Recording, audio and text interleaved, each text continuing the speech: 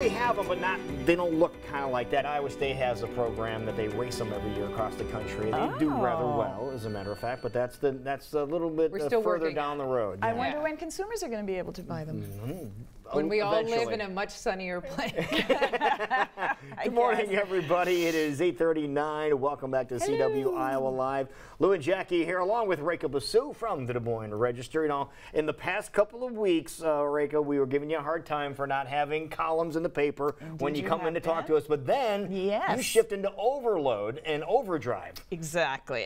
So I had, what, two things in Sunday's paper? In Sunday's paper, I had a piece that started on the front page and then continued in the opinion section, and then the same series spilled over into Monday and Tuesday. So I just completed a 4-part series that I have been working on since May. Oh, wow. And this is the project that you were talking about. And this is the project which has caused me to miss many a Wednesday column and caused you to make merciless fun of me for being a slackard and having nothing in the paper. But finally, this is done. And this is actually to me, this is a really, really important project. And frankly, it's one of the most challenging and taxing that I've ever done because it has been so difficult to gather information about and so emotional. So the series is about sex abuses in the school system in Trainer, Iowa, which is in the west, near Council Bluffs and Omaha.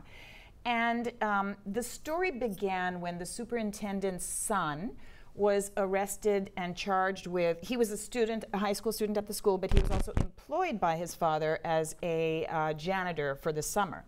And he was arrested and charged with sexual assault on several young women. About 5 young women who were fellow students of his came forward and complained about him.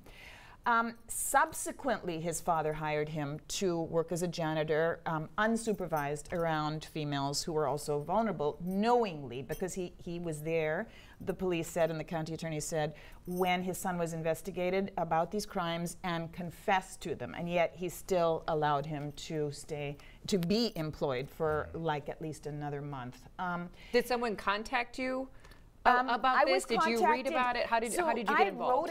I wrote one column back then, and this was maybe 2 years ago. And then subsequently, people from the town said, you know, hey, remember when you did that column? There's more to the story. You should come back and take another look at what's going on here now.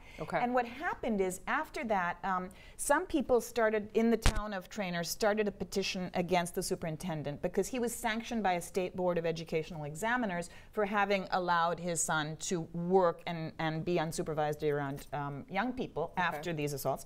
And so this petition was launched on Drive and in paper, and a number of people started coming forward and saying that's just the least of it, because there is this abusive coach and 5th grade teacher who coaches girls softball, who has been doing this for years.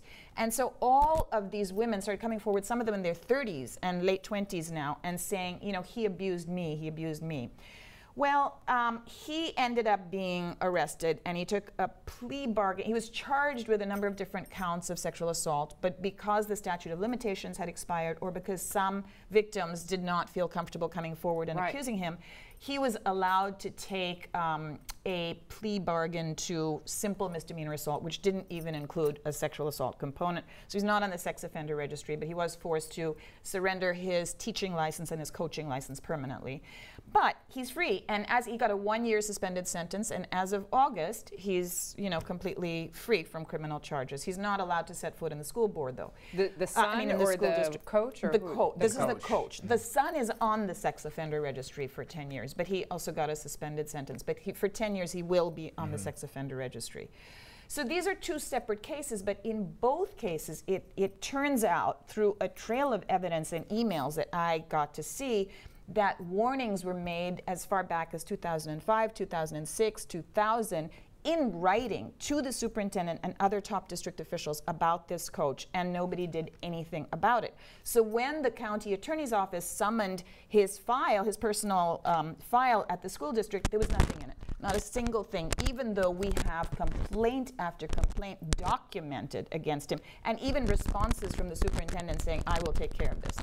So this is, I mean, this is just such a harrowing case of neglect, of neglecting victims, of looking the other way. And what was so challenging in doing this was that a lot of people just did not want to come forward. And you know, we don't usually identify sex assault victims in the paper unless they voluntarily come forward.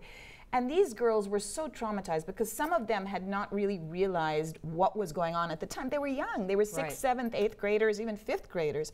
And now, you know, when they're seeing it in context and seeing that this man is, you know, apparently a serial abuser, they're starting to realize how badly they were exploited and how badly the school district turned its back on them. Board members were aware, and the superintendent was aware, and the athletic director, and you know, reports had been made to the principal, and everybody looked the other way. And so I had to really work on them. They would share their stories with me off the record, but say, I don't want this in the paper. I don't want to make waves. I don't want to break this town apart.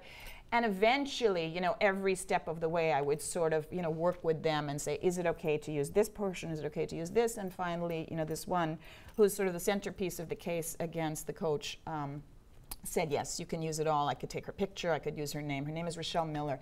And she was so traumatized by the whole thing. Her marriage broke up. She left the country right after I interviewed her. She left the country and she's moved to the Dominican Republic.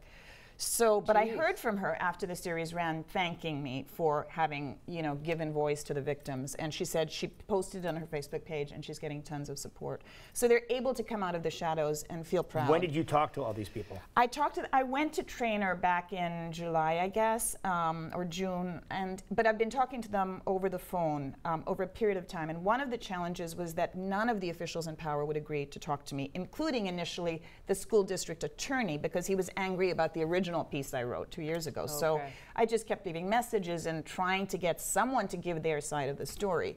And that was part of the challenge. And then there was so much information, there was so much detail, and frankly, it's such a tough subject to both read about and write about. I was going to say, what was your passion for doing this? Was it to give a voice to the victims? It was to highlight give a voice to victims, but it was also to say, to highlight how, what shocked me the most is that in the face of this complicity by school district officials, the town, most of the members of the town who were vocal were supporting them. They were still supporting the district officials against the victims. And victims were being made to feel as if they had done something wrong by coming forward and accusing this beloved coach, you know, who had been a winning coach. How big of a town is this? 900, about 900 people. It's very small. So everybody knows everybody. Everybody knows everybody. And frankly, the girls who have graduated from the school, and I spoke to many of them, really loved it and always, you know, wanted to come back and had warm feelings. And then Rochelle Miller testified she can't even stand to drive through the town anymore because she has to pass the coffee house that the coach now owns, the former coach.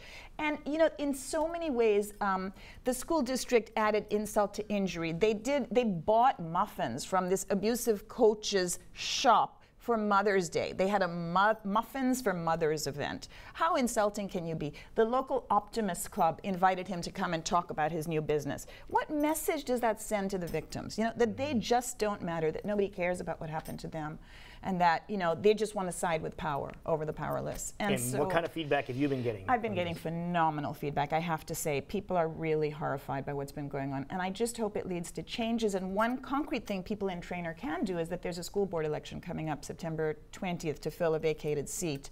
And there's someone who's been running, who's been very critical. She's a lawyer and a fourth-generation Trainer resident and parent who's running for the school board. And she would be really a great voice to have on that board, because that board has completely sided with the superintendent, except for one person who's the current president of the board who has been completely sidelined and berated. And now there's also a move, I'm told, behind the scenes to get rid of her.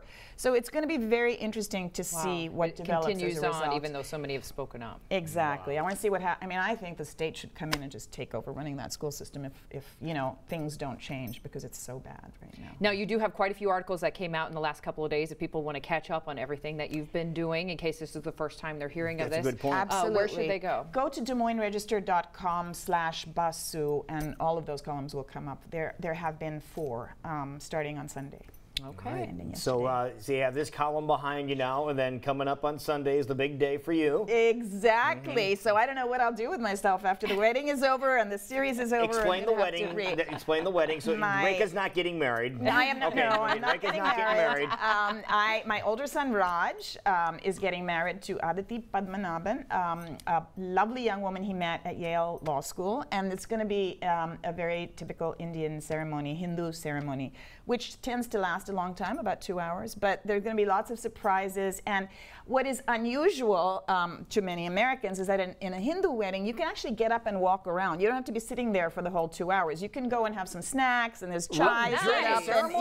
During the ceremony. Did I hear right? Is there a horse involved? Well, there is supposed to be. Actually, this is a desperate plea. Do you need a horse? I need a white horse. All right, folks. Do you have a white horse? You need a white Okay, the horse. Rescue League is coming in a little bit too. Really? Yeah. Are they? Yeah. Please. Stephanie will be it here. has to be white, because we had one and then it fell through. It's a tradition thing. It's a tradition. So you the need a horse white is horse supposed to for bring Sunday. the groom in. That's all. 5 minutes is all we need to bring the groom in. All right, so we're looking for. We're not joking, we need a folks. white We're serious. horse. A white horse, please. No, where does the horse have to drive It has to go to the Styx workshop studio on the south side, Southwest 61st Street in Des Moines. I'm sure there's a lot of at farms like down there, a lot of ranches down there. 3:30 on All right, Sunday. we'll see if we can Please find you get a me a horse. Okay, a white horse. I would be so grateful. Search for the Thank horse. you. I'll be in your debt forever, horse.